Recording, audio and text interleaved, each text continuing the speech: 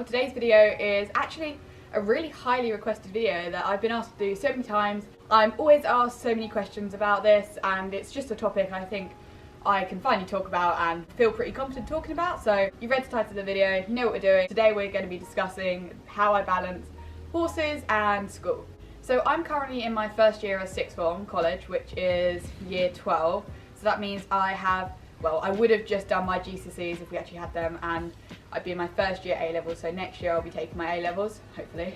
As you can imagine, the workload has gone up quite a lot from what I was doing, especially considering the fact I didn't actually take GCSEs because of COVID. So I'm about 10 weeks in now, I think, to sixth form life. I moved schools, it's been a bit of a big step up. I'm at a grammar school, so the workload is possibly a little bit more than what's at a normal school. I'm expecting quite a lot of me academically. My life is a little bit different from probably those of you that are watching this at home.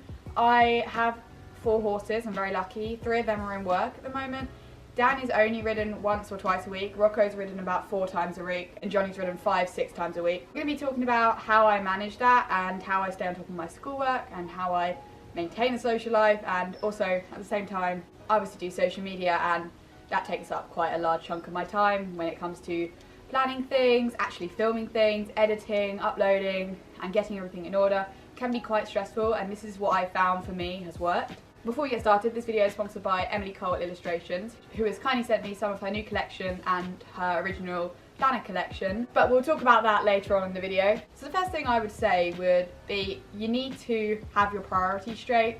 It's really easy to come home and be like, oh, I'll just put my homework aside and I'll go watch some TV for a bit, and then it gets to like 7 and then you haven't done any homework and you still need to ride, or you still need to do your homework, and it can get really quickly overwhelming if you get to 7 and you've got to eat and you've got to do your homework and you've still got to exercise, you've still got to go out and do the horses.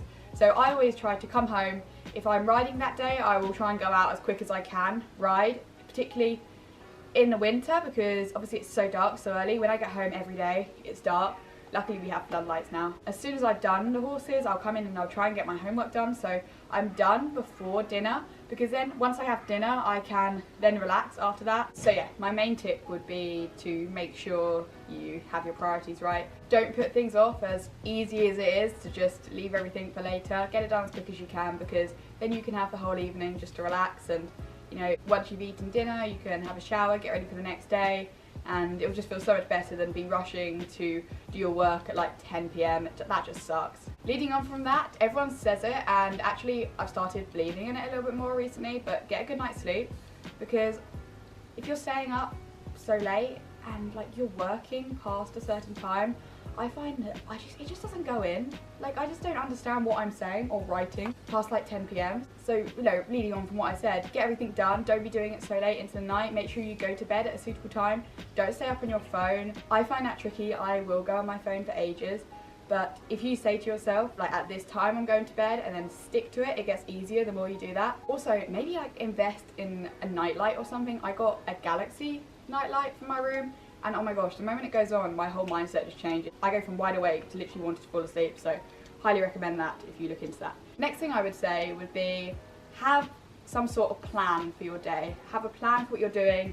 Plan out your week, plan out your month, set yourself goals, and this is where Emily Cole Illustrations come in. So this is her planner. It's got the order of the day on it, and it has lots of different times you can put on, so you can basically plan out your day to the hour. It's got loads of pages, so you're not going to run out very quickly. I really recommend planning. I really think it's a great way to stay on track, and it means you don't get carried away with things, or you don't put things aside. If you've got it laid out in paper, then you can really easily follow it, stick to it, and at least you know then that you're on track for the day, you're getting everything needed done. On that note, there's also this great little do it today checklist, and it's got a section for leave it for tomorrow, which I think is so good as well, because some days you have so much to do and it's just not possible to do it all, and it can be really overwhelming to have a long list. So if you have a place to put things that maybe you just don't have time for today, right at the bottom you can leave it for tomorrow and feel better the next day, feel refreshed, not feel like you're overworking yourself. But then you've also got the do it today section, so you can write down all the things you want to get done today. Keeping checklists and writing a list of things you need to do is a great way to stay motivated and to keep yourself in line and make sure you've done everything that you need to. These are really great products, and I'm really looking forward to starting to use these, because currently I just have a piece of paper that I use to write down. I make my own daily timetables, and honestly, it's not very good. So to have this, and it's also really cute because it's got horses on it and stuff and illustrations, and she does it all herself, and I think that's amazing. She's also got her show planner collection, so you can check that out too. That's great if you're planning your show day or planning your training. Talking of training, this doesn't have to just be used for your schoolwork. You can also use this for training with the horses or training or whatever you're doing. It's a great way to set out your goals. You can do, I'm actually learning about it in PE right now, about goal setting.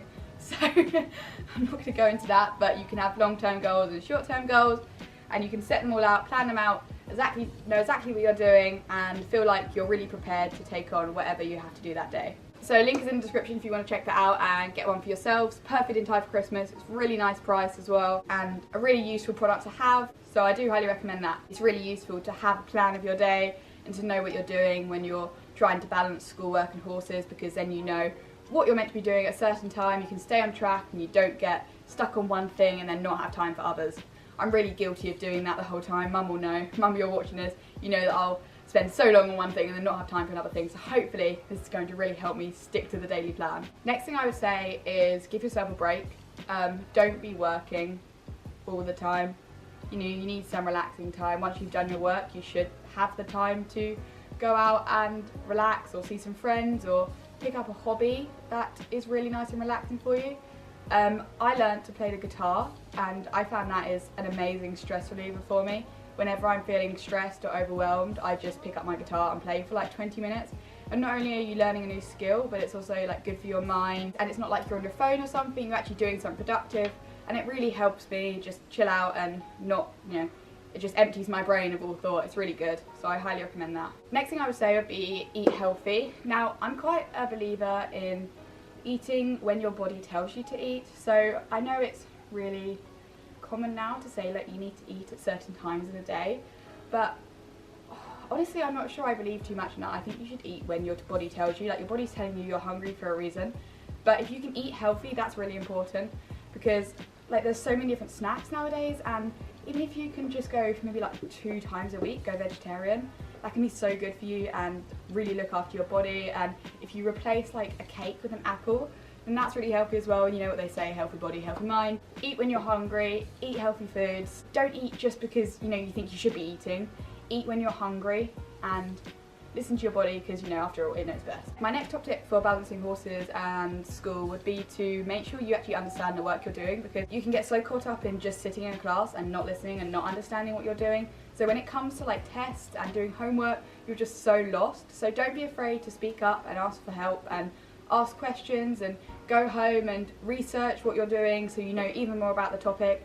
It will really benefit you in the long run, and actually it's something I wish I'd done at GCSE, because now I'm at A-level, the content is so much more in-depth. I feel like I'm actually lacking some of that general knowledge that came from GCSE, so I really recommend, if you're in your GCSE years, really paying attention, coming home, even just one night a week, going on BBC Bite Size or something so you can look at extra information so you have it in your brain, maybe looking ahead at a couple of topics so you know what's coming, and that will just really help you, because that means when it comes to doing your homework, comes to revising for tests, it takes so much less time, you feel so much more confident with it, you don't spend hours and hours looking over things that you could have just learned in class. That means you have more time for riding, more time for other things, more time for relaxing, more time for anything else that you want to do. That is probably my top tip for it. It's so beneficial in the long run, and you really will be thankful for yourself for doing it if you start now. My final top tip would be to make sure you're organised. You don't want to be spending half of the allocated time you set aside to do your work. Like, you don't want to be spending that looking for your work or looking for a pencil. You want to make sure it's all set out so you know where it is. Everything's easily accessible, you've got a clean workspace. Clean workspaces are really important in my opinion.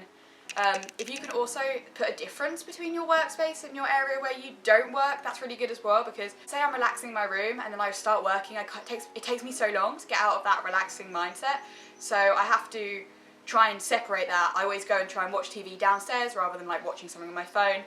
Or even if I'm going on my phone, I try and go downstairs for it, so that means that when I come back up to my room, I know that that's when I have to be working and I have to be really concentrating. That's also another reason why these planners here from Emily Cole Illustrations are really great, because you can lay everything out and it's all neat and tidy and it's not jumbled up on all loads of pieces of paper. So I think that's the majority of my tips for how I balance horses and school. If you can get into healthy habits now, then it will really benefit you in the long run. As hard as it sounds to get started, it actually is probably much easier than you think, and a lot of it is about overcoming that mental barrier, I think, to start. You have to think that like schoolwork and this kind of part of your life is only a very small part of it, but you need to get through it to get to the other parts of your life.